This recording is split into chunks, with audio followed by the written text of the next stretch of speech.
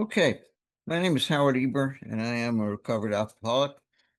Before Kathy kicks us off on some new terrain today, just like to do a little bit of review of where we are. We're in more about alcoholism. In this chapter, we're going to look inside the mind of a couple alcoholics just before taking that first drink, when they are, as Joe and Charlie said, stone cold sober or stark raving sober. And we're going to try and see whether they can see the truth about alcohol or not. And if they make a decision based on a lie, they're insane because they've crossed over from being sane, which is recognizing the truth, to insane, which is belief in a lie. The second step says we came to believe that a power greater than ourselves could restore us to sanity. And personally, I was a little insulted at that because I thought I was restored to sanity as long as I'm not drinking anymore. But I didn't understand the definition of sanity. Sanity, as I learned, was the ability to recognize and see the truth in all matters. And in that case, I was quite insane. Every time I picked up that drink or the drug, knowing what was going to happen full well, told myself that this time it was going to be different, and that's the lie. So we're going to look inside these various stories. Bill, like many great teachers, often resorts to stories, factual or not, in Bill's case, but resorts to stories just like Jesus is, told these fables just as a way of making a point. And in this chapter, he's going to tell us, he already told us about the man of 30, the man who realized that he would never get anywhere if he continued drinking, because once he started drinking, he had no control whatsoever. So he made a decision to stop drinking. He was a remarkable man, in Bill's words, and he'd have to be if he's the real alcoholic with the allergy and the obsession. And he didn't drink for a period of time. He indeed was a remarkable man.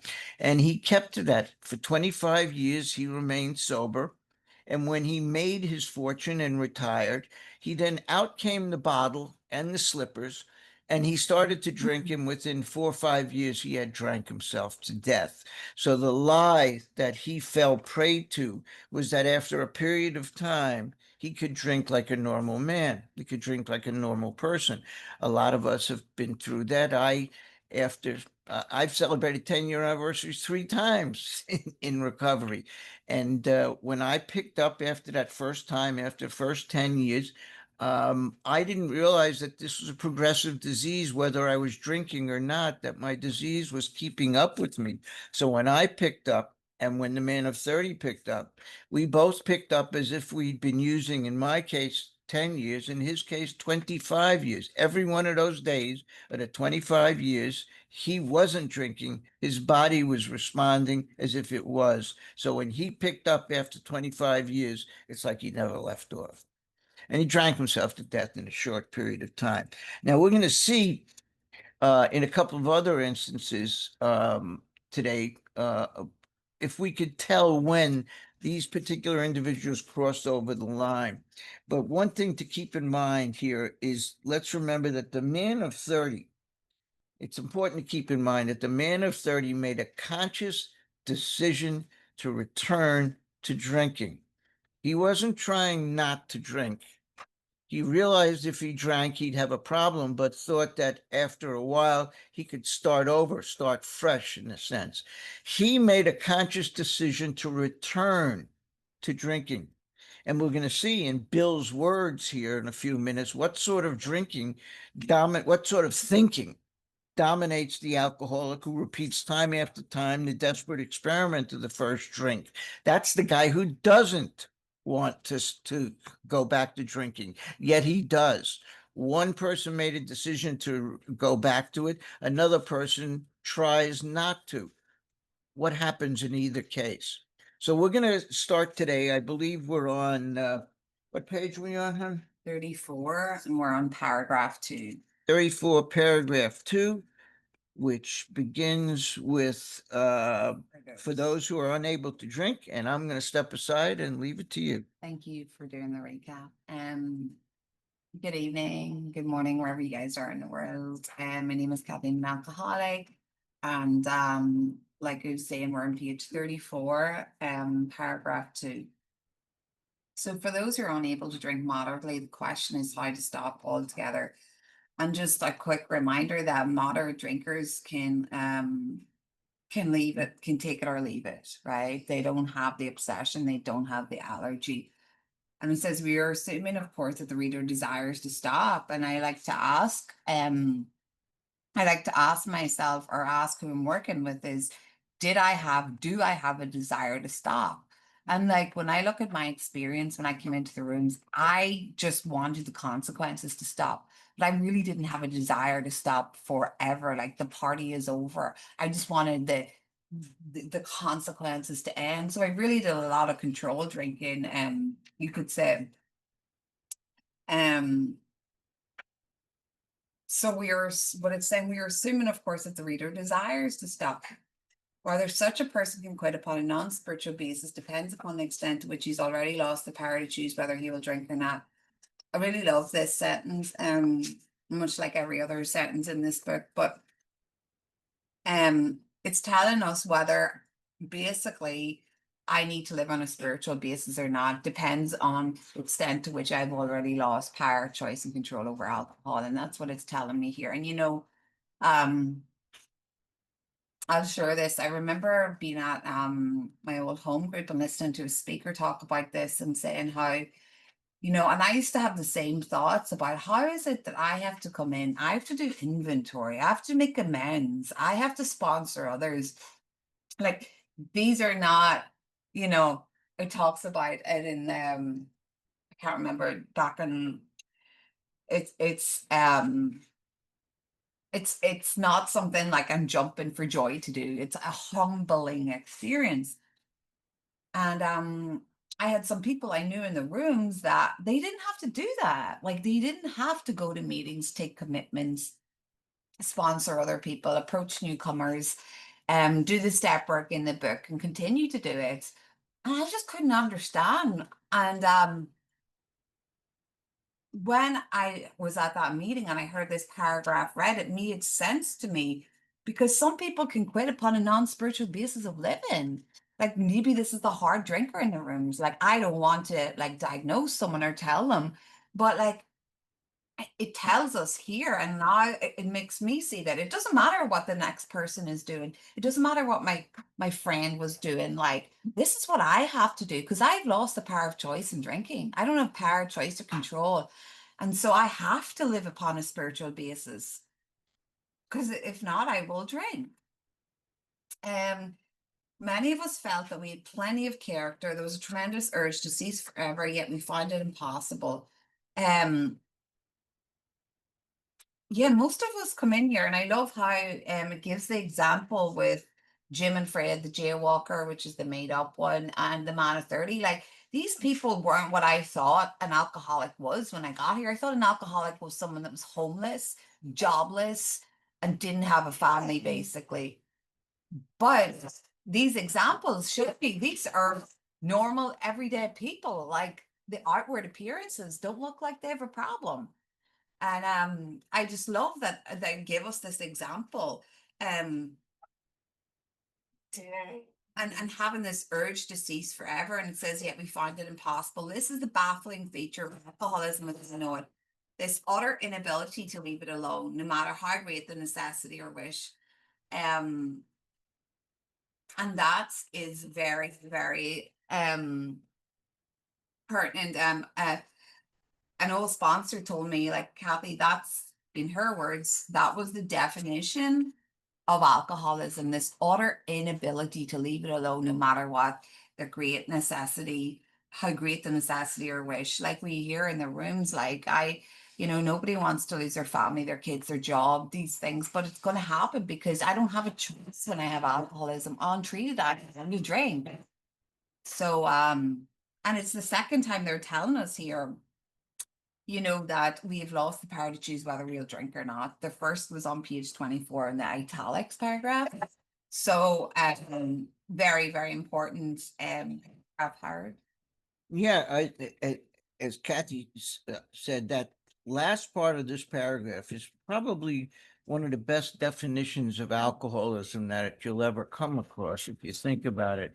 The baffling feature is the utter inability to leave it alone, no matter how great the necessity or wish. That's what it is in a nutshell.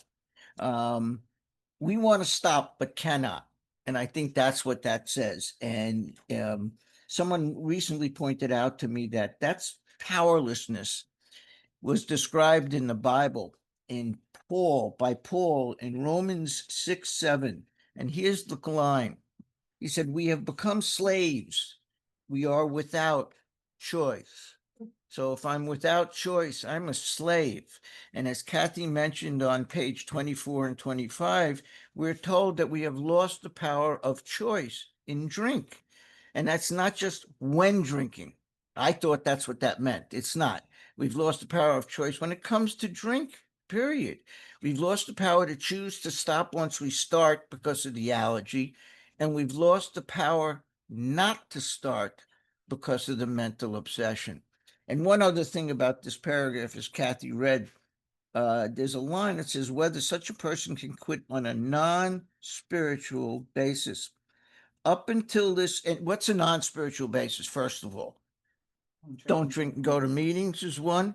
How about anything that is considered a self-help method, right? Self-knowledge, self-help, self-will, any of those things are non-spiritual basis.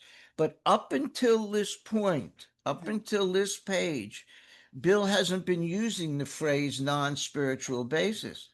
He's been using the phrase beyond human aid. We're shifting now into trying to get closer to what is the solution in step two. So we've got to start to look beyond certain terms and look towards certain terms. And we're recognizing that the solution lies in a spiritual answer. So he's just kind of opening the door a little bit to start to talk about spiritual matters. It's not just beyond human aid. Kathy? Thank you. Well, I don't know if you guys can hear our dog in the background. I apologize. Okay, good. Sorry, she's just unsettled and now there's no one else here. Um, so it says, how then shall we help our readers determine to their own satisfaction whether they are one of us?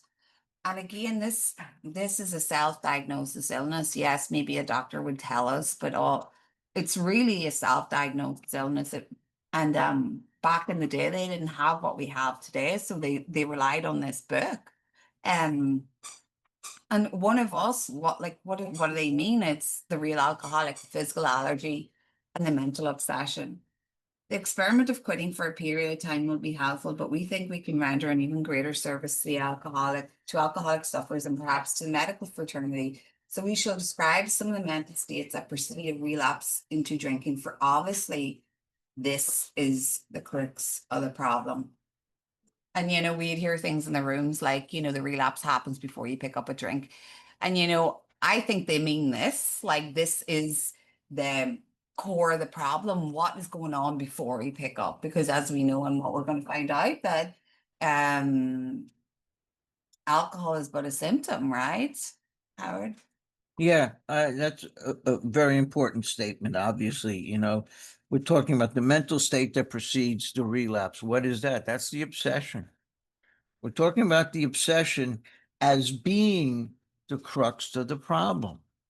That the problem isn't that I have an allergic reaction to alcohol, and every time I put it in my system, it ignites this craving where I can't stop. That's not the problem.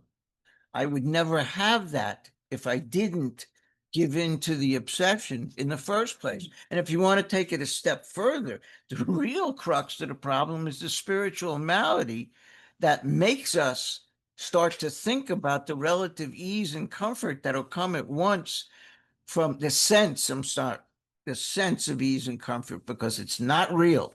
Something that's a sense is not real.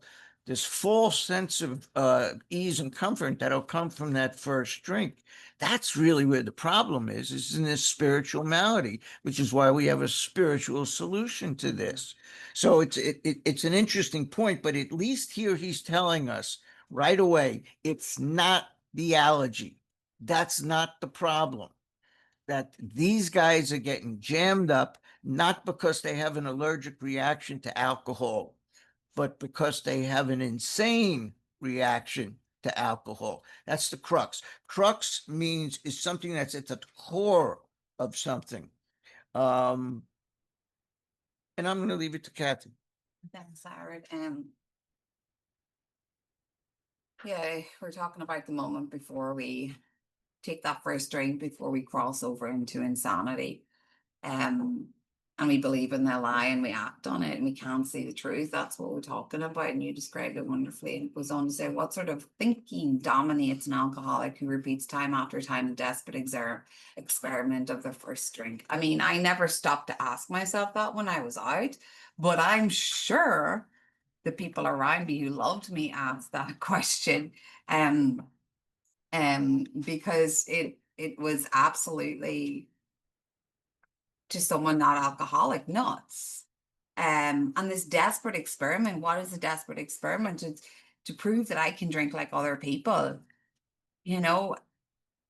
And it talks about that in the first page of More About Alcoholism. We pursue it into the gates of insanity or death.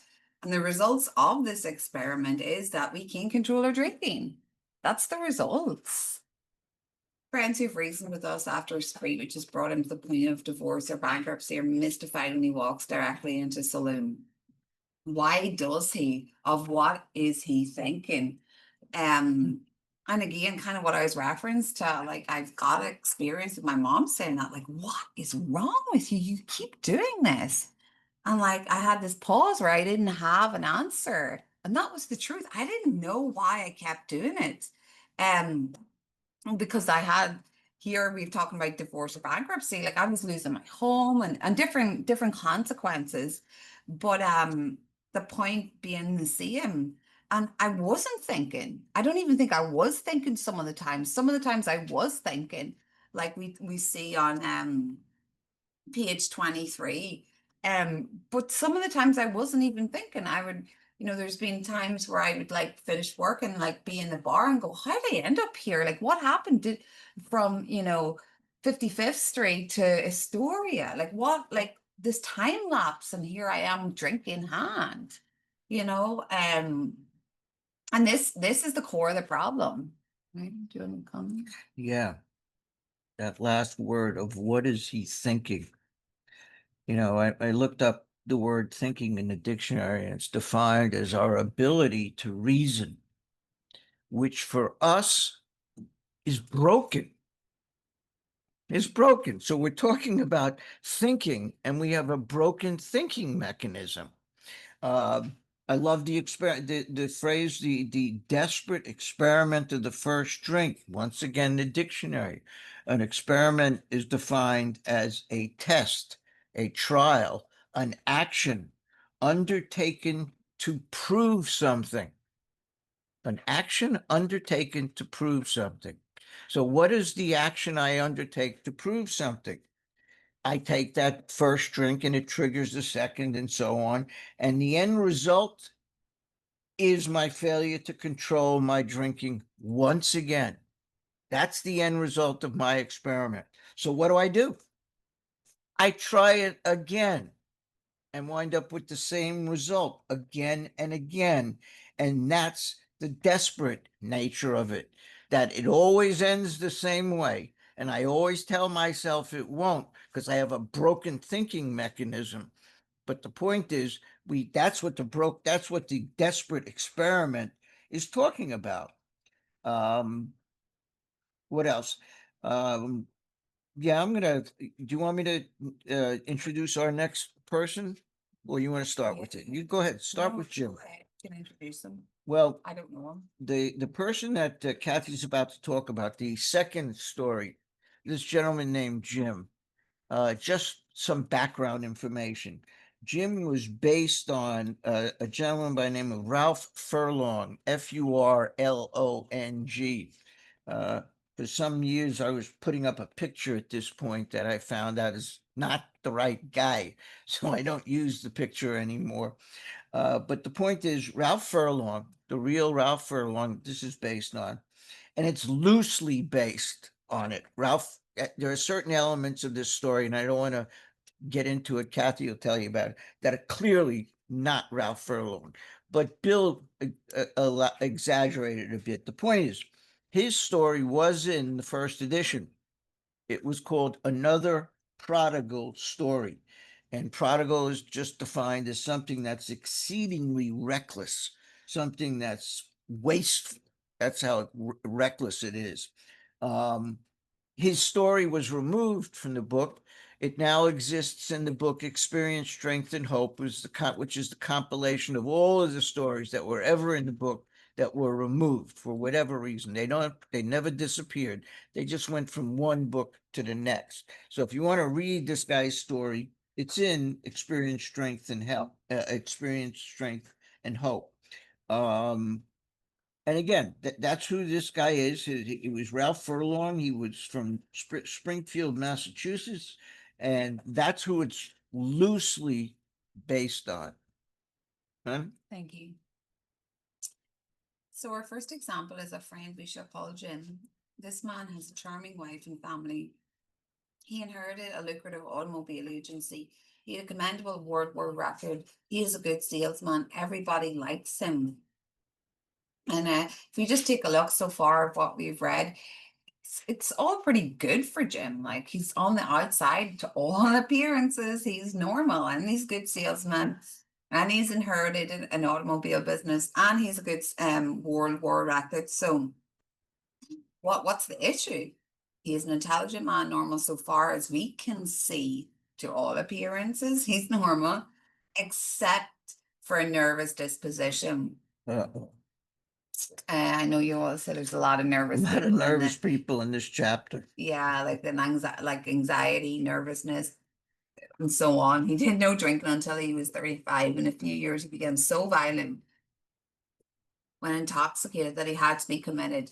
On leaving the asylum, he came into contact with us. So um we can see that he looks like a pretty normal functioning, well-to-do even person, but he has this nervous disposition. Perhaps he's very anxious, very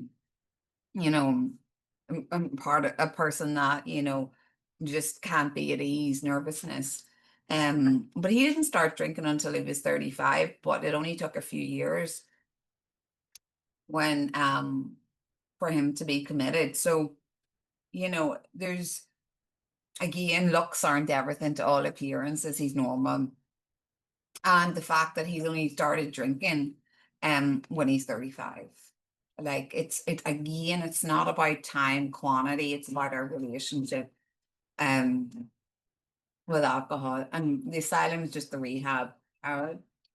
Yeah, he inherited a lucrative car dealership. It was a successful concern. It was making money. How do I know? That's what lucrative means. But the fact that he inherited it means he did nothing to get this business. And when it was handed to him, it was a lucrative business. Something to keep in mind as we continue to read through this. And as Kathy mentioned, this phrase, normal so far as we can see, is going to be used again later on with respect to somebody else. But we already know that outward appearances are not inward reality at all. To the outside, he appears, he's a nice guy, all of that stuff, but inside he's restless, he's irritable, he's discontented, he has this nervous disposition. Once again, the core of the problem is the spiritual malady. And just at the end, on leaving the asylum, whatever, on leaving the rehab, when was the last time you met someone who said, I just got out of the asylum? I don't think so.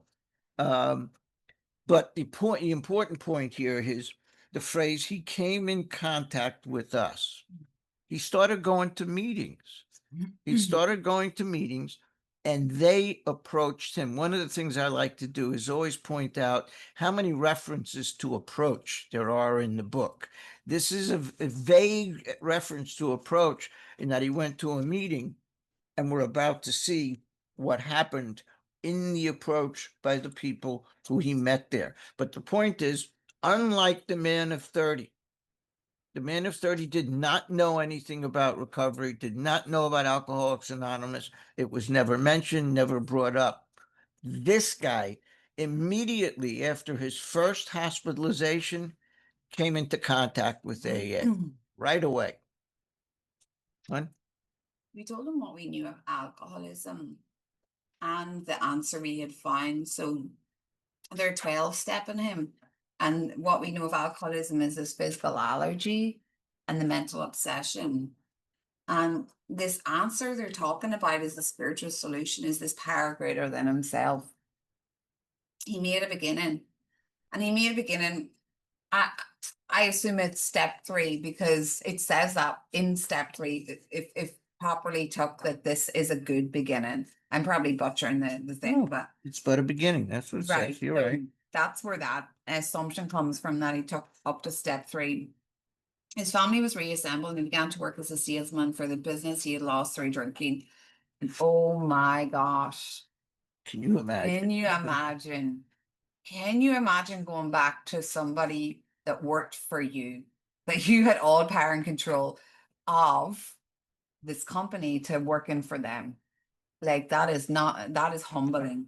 He probably hired the guy too as a salesman, and now he's the owner. Yeah. All went well for a time. Every time I read in this book, like, all went well for a time, or how good things are going, I just know the other shoe's going to drop. Okay. But he failed to enlarge his spiritual life. So we're assuming that he made this beginning up to step 3, but he didn't enlarge his spiritual life. And let's jump back to page 14, as it tells us very clearly how to perfect and enlarge our spiritual life. At the bottom, on the last paragraph, it says, "For if an alcoholic failed to perfect and enlarge his spiritual life through work and self-sacrifice for others, he could not survive the certain trials and low spots ahead. If he did not work, he would surely drink again. If he drank, he would surely die." So he wasn't working with others. He wasn't doing any 12-step work. So he couldn't enlarge his spiritual life. And then, to his consternation, amazement, he found himself drunk half a dozen times, which is 6 times in rapid succession. And that is the progression that we're seeing here. Because we know this is a progressive illness. But on each of these occasions we worked with him, they didn't say he doesn't want it. They didn't say, oh, he's not beat enough. They didn't say anything. They're like, go take this 12-step call, because they for me, that tells me they understand alcoholism. If I'm trying to, if I'm up the side of responsive relapses, or, you hear this fire and fire, like, I clearly don't understand what I'm up against, what I have. At least I forget. So, reviewing carefully what had happened, he agreed he was a real alcoholic and in a serious condition. So, excuse me, real alcoholic being the allergy and the obsession, and I know it's getting a bit mononymous having to say it all the time, but I like to say it. So we know, again, it's not about consequences, it's not about circumstances, those are the things, but the medical diagnosis for us is the physical allergy and the mental obsession. And he's in a serious condition. So he had agreed that, yeah, I'm an alcoholic. I have this allergy, the body, the obsession, the mind. He grasped it. He has taken step 1 here. He knew he faced another trip to the asylum, the rehab, if he kept on. Moreover, he would lose his family, for whom he had deep affection. So he took step 1. He knew the consequences here. It's telling us he knows the consequences of his drinking. He knows he'd be back in the asylum. He knows he'd lose his family, but what happened? Yet he got drunk again. So we asked him to tell us exactly how it happened. This is his story. Do you have anything to say, Howard, before I go Well, on with it? it just Come on on, baby. that line, you know, Come on. it's typical alcoholic. You ask an alcoholic what happened, they tell you a story.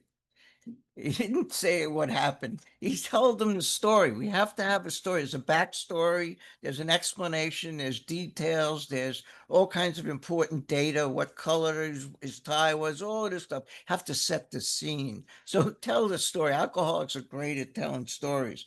But as Kathy pointed out, it's an important thing at the bottom of page 35 that I kind of missed quite a few times when I read this. That self-knowledge fails. How do I know that? Because he knew the consequences of his drinking. He knew what was going to happen. He knew he was going to face another trip to the rehab.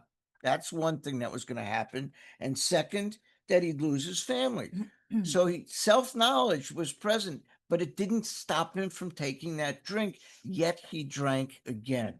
So he knows the consequences. And in spite of that, he still took that drink. And I love we asked him to tell us and he told us a story. It's just beautiful.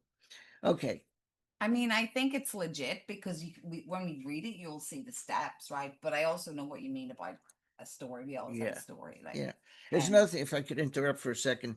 Um, this page, I think Bill, I don't know if he did it on purpose, but it turns out that the use of the pronoun I, the word I, is used 26 times on this page alone. Now, I don't know if that was intended or not, if he's trying to tell us about something about the ego. I don't know. I don't know any other page that has it so many times. 26 times he uses the pronoun I on this one page alone. mhm. Yeah. So let's read the story. I came to work on Tuesday. I remember I felt irritated that I had to be a salesman for a concern I once owned. I had a few words with the boss, but nothing serious. So if we just stop there for a wee minute. So as the story goes, people say, I wonder what happened about Monday. Okay, let's assume he's not coming in on Monday because, I have a tendency as an alcoholic not to show up on Mondays and Fridays. But Yeah. and he said he felt irritated that he had to work for the people for the concern he once owned, for the dealership that he once owned. So how does that sound like spiritually? Like, it doesn't sound very like he's in with spiritual condition or in any way good form here. And there's a lot of minimizing here, if you notice it. Mm. So he's irritated, but only had a few words with the boss. Any amount of words with my boss, I do not want to have first thing in the morning either. Never a good thing. Yeah, and he's saying, but nothing serious. Like, he's minimizing, I think, here. Just irritating. Yeah, just irritating. I'm fine. He doesn't see it as a big deal. Then I decided to drive into the country and see one of my prospects for a car. On the way, I felt hungry. So I stopped at a roadside place where they have a bar. And I just wrote here, not a good idea. But I'm up in the air about this. Not that he should be going to a bar, but I've also been told that back in the day, most like places to get something to eat has a bar. It's not like it is today. So maybe it's he had no other place to go. I don't know. But I'm sure Harold talk a wee bit about that. Um I had no intention of drinking, so let's look at that. He'd no intention, no intention.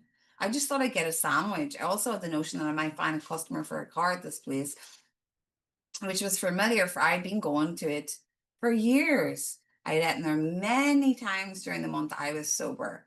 And he was sober, and I like to say this. Some people say I wasn't sober when they have no alcohol in them. He was sober, he just hadn't worked the steps, right? He hadn't doing the work. And sometimes I just hear in the rooms I wasn't sober, and I'm like, newcomers could get mixed up and think that, oh gosh, like not working the program doesn't mean I'm not sober. It does.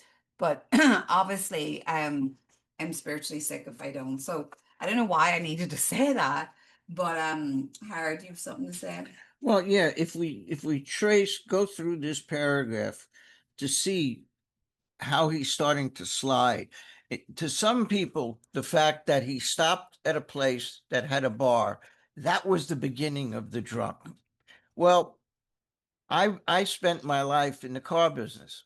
I spent 40 years. I retired from the car business. I'm lucky I'm still alive. But back then, that's how they sold cars, was by getting in the car and taking it to the customer's home. Like people sell insurance today that way. Today, people come into the dealership or they do it online, internet sales. But the point is, the way cars were sold in the 30s was you got in the car and drove it to the customer to show it to him. So it wouldn't be unusual for him to go out for a ride. He wasn't going out driving because he was pissed off and resentful, but he was going out still pretty sane. He decides, okay, I'm hungry, sane, so I'll stop at this place and have a sandwich. Pretty sane, right? He had no intention of drinking.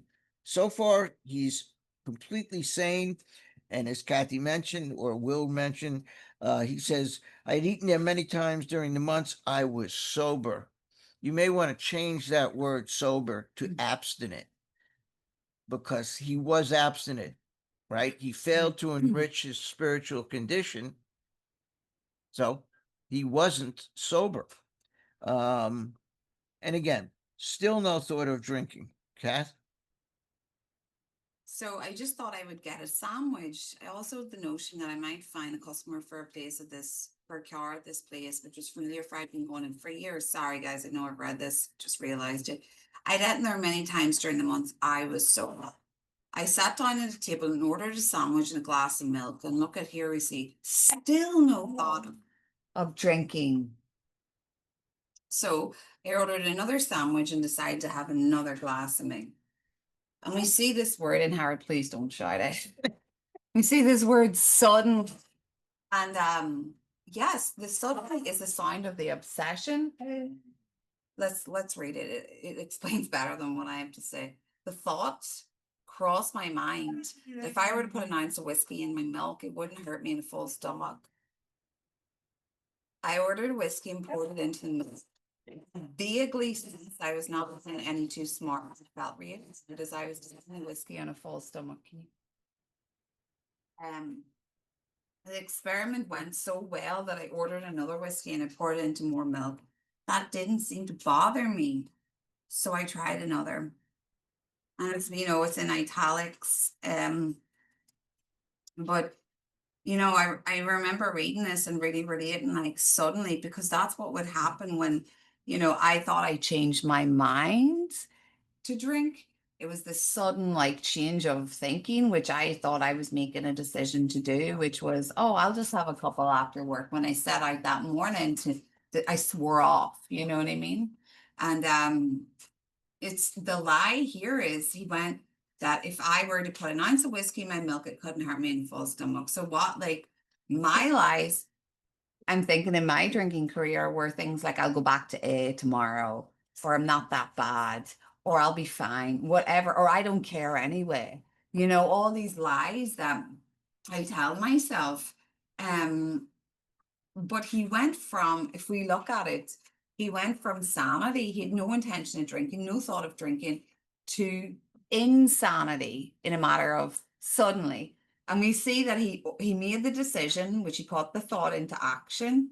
He ordered the whiskey, he poured it into the milk, and he says, I vaguely sensed. So he had this gut feeling, or this kind of like, oh, I don't know if I'm doing the right thing. Like, oh man, I remember being out there and having to drink over that gut feeling. I knew what I was doing, but I had to keep going. I couldn't stop. But this feeling that, I don't know if this is a good idea, but he justified it and he rationalized it because He's taking it on a full stomach. and he said the experiment, which was a desperate experiment, we could say, It went so well. Of course, it went well. He ordered another and poured it into more milk. That didn't seem to bother me, so I tried another. So the physical allergy is now in charge. He's off to the races. He doesn't, of course, it went well. He needs more. So given, I'm going to say a few things, but you go Yeah, go ahead. ahead. No, Okay. so a couple of things here is like, yes, suddenly is suddenly, right? But it really wasn't suddenly if we look at it. If we backtrack to how he came to work on Tuesday and he felt irritated. He was already resentful. What do we say about resentment? Resentment is a number one offender. So I look for the ease and comfort. He thinks he's just irritated a little bit, he's minimizing it. And he takes a bunch of actions. We could count them, but I'm not going to be that anal. And he did nothing about his spiritual condition. Like he didn't I know they don't have cell phones at that time, but he did nothing. He just kept moving on the day, moving on the day, moving on the day. And he did nothing to help himself. And here he's down faced with this thought suddenly. And so he really wasn't, in my eyes, he wasn't spiritually fit. And that's why the thought crossed his mind. Um, so as much as I don't even know if I'm explaining this right, as much as I get the suddenly and the suddenlies do happen, usually it's what like he said, I came to he says the people 12 stepping him say we ask him to tell us exactly how it happened. So exactly how it happened, like how if I respond seeing this happens to him, it's like, okay, let's walk the dog back. What happened? What was going on? And it's like, it's never just on the day. It's like a time before, it starts off with a resentment or starts off with a fear or it starts off with some unmade amends, So I get the suddenly, and then I also see the other side, Howard. Well, as Kathy mentioned, suddenly is the sound that obsession makes when it strikes. Suddenly. Suddenly, if you want to take it a step further, suddenly is defined as something that happens unexpectedly, instantaneously, without any notice. That's the obsession striking. But there's a couple of other important things here. This guy has had 7 relapses already, right? After a dozen times, he's now 7 relapses, and he still thinks he can have the whiskey if he mixes it with milk. All right. It's not his first rodeo. This is his 6th or 7th relapse. But it says that he vaguely sensed he was not being any too smart.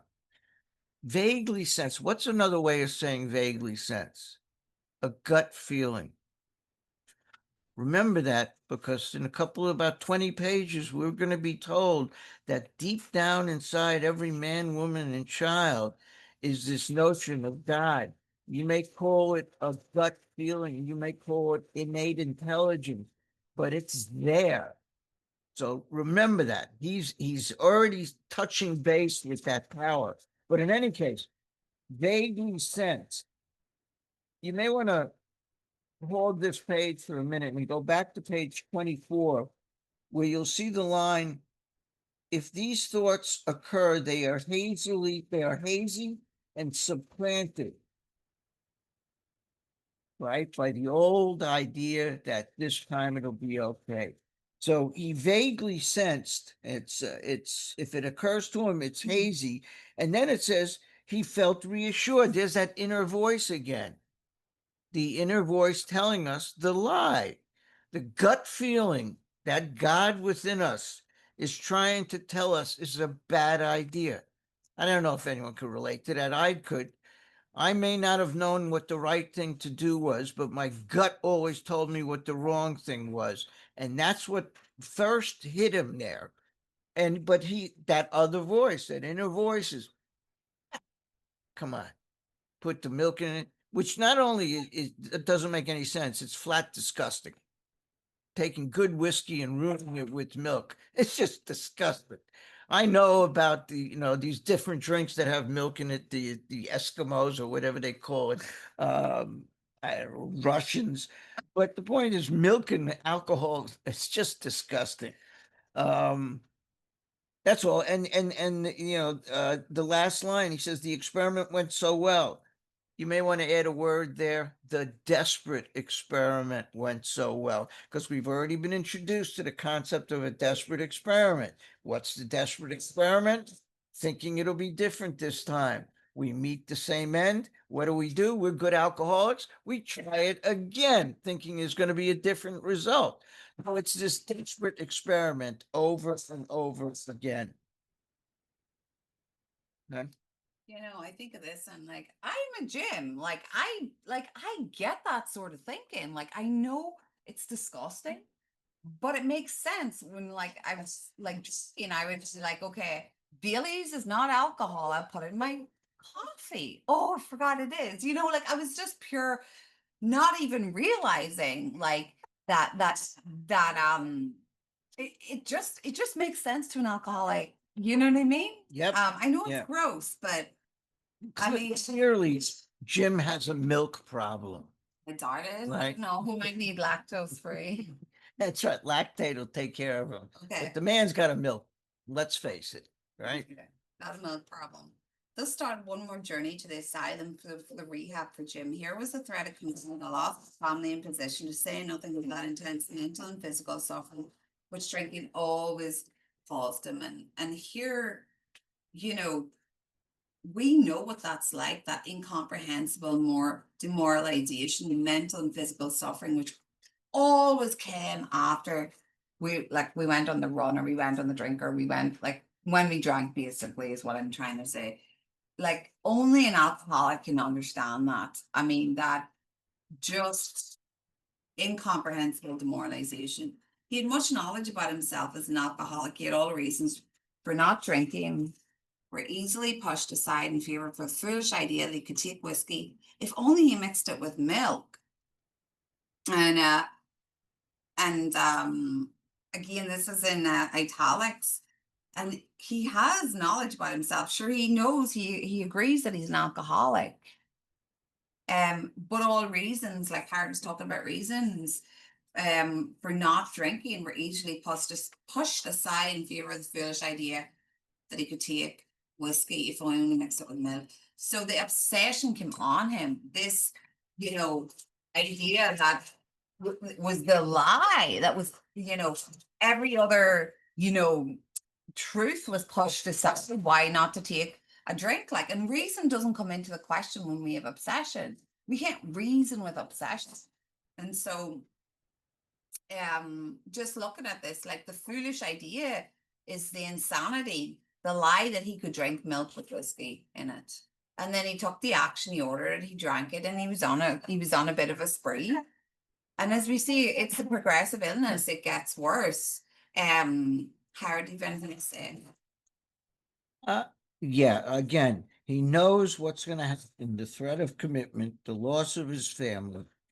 He knew that what always happens, yet he did this. He drank again. This is just another example of we've lost the power of choice in drink. We can't stop once we start because of the allergy, and we can't stay stopped because of the obsession. The obsession makes us drink. The allergy makes us drunk. Or as Dr. Silkworth said, the obsession condemns you to drink. The allergy condemns you to die. Just a different way of saying it. That's all. Do we want to? Where should we stop for today? That is it, because to get into the next paragraph might take a little bit of time. So we'll stop there. Yeah. All right. Let me just stop this recording.